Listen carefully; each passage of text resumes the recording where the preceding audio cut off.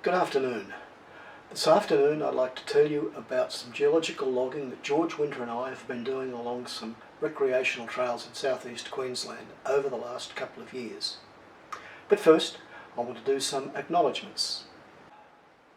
The first body we'd like to acknowledge is the Executive Committee of Geological Society of Australia Queensland Division. Whenever George and I suggested a logging campaign, they very readily adopted our suggestion as a GSA Queensland project. And as volunteers working on a GSA project, we were covered by GSA's insurance policy, and also we were reimbursed accommodation and fuel costs.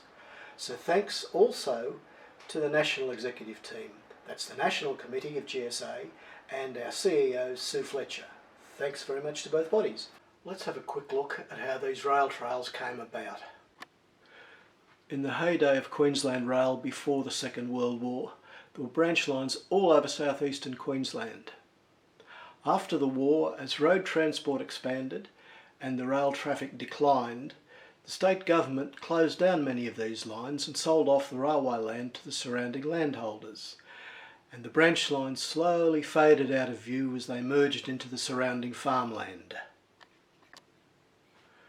Two exceptions to the sell-off were the Brisbane Valley Line and the Theebine Line. The Brisbane Valley Line was still carrying rail traffic in 1990 and the Theebine Line was still carrying traffic in 2011.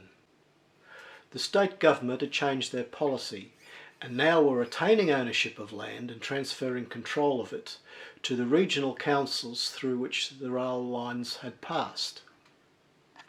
The regional councils, with the help of funding from the state and federal governments, established rail trails along these two railway line routes. They pulled up the rail lines and the sleepers and resurfaced the route. Some places are a gravel surface, such as you'd find on a well-made and maintained gravel road. Other areas have an asphalt surface, and at the southern end of the Brisbane Valley Rail Trail, the surface is a concrete pathway in the suburbs of Ipswich. And now a little bit of detail about the geological provinces you encounter along the trails. The Brisbane Valley Rail Trail follows the old Brisbane Valley branch line. The Kilkive and Kingaroy Rail Trail follows half of the Theebine line. And these two are linked together by the Yarraman-Kingaroy Link Trail, shown in yellow. The grey areas a New England fold belt. These probably represent an accretionary complex. The sedimentary rocks involved are marine and are of Devonian and Carboniferous age. Outcropping with them are volcanic rocks of Permian and Triassic age and plutonic bodies of Carboniferous, Permian and Triassic age. The igneous rocks probably represent the high level and deep level magmatic systems of either a series of volcanic arcs or perhaps a continental arc, such as on the modern day western side of South America. The fold belt rocks form a basement to a number of Triassic basins. The AESC basin now presents as a half graben with a bounding fault system on the east and a hinge line on the west. Its fill consists of volcanics and sedimentary rocks largely derived from these volcanics. The trough has been overfilled because there are units up on the flanks which are very similar in nature to the fill of the half graben. At the southern end of the Brisbane Valley Rail Trail is the Ipswich Basin. It's late Triassic and contains important coal measures that were mined mainly in the 20th century.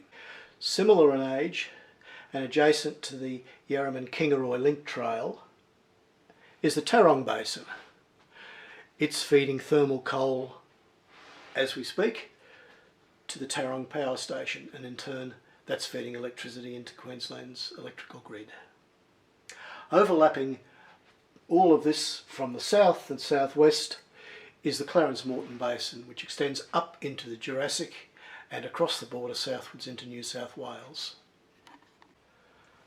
As well as the Paleozoic basement and Mesozoic basins, there are a couple of younger partial cover sequences.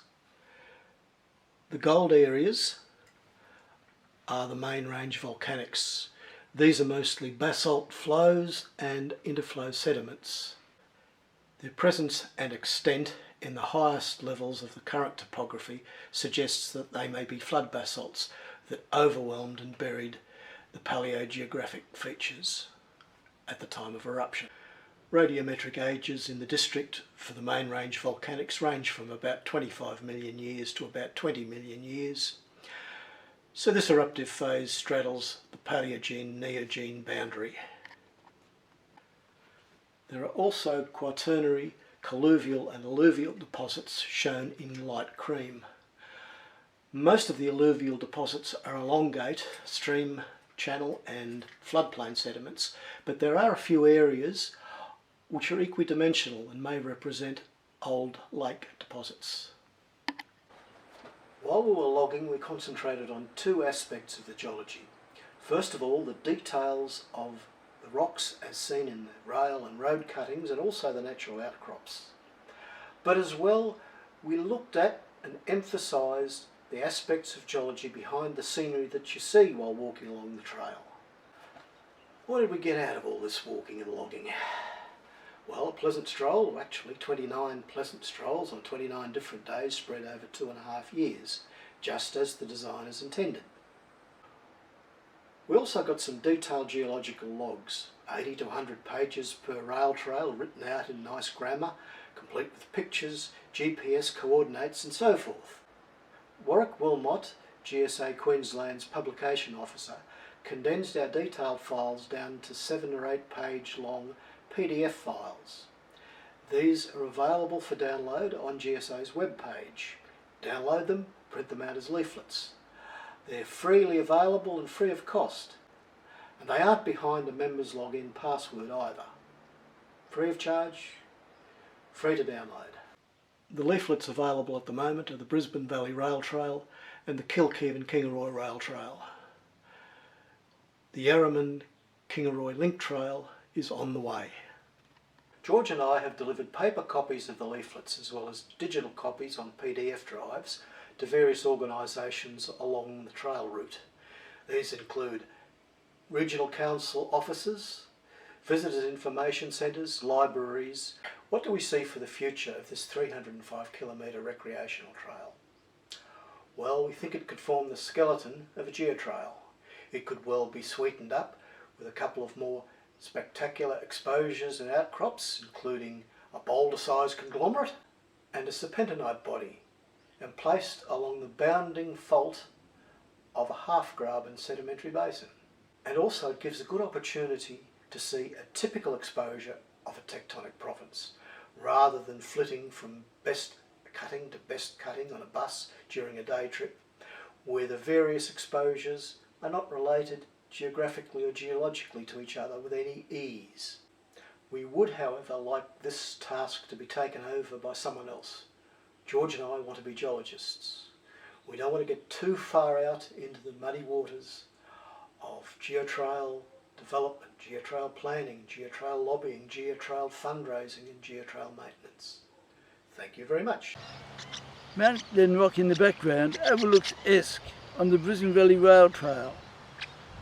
The trails we've logged over the last few years start about 41 kilometres west from Brisbane by rail, near Ipswich, and continue to a number of towns and villages to Kilkeel.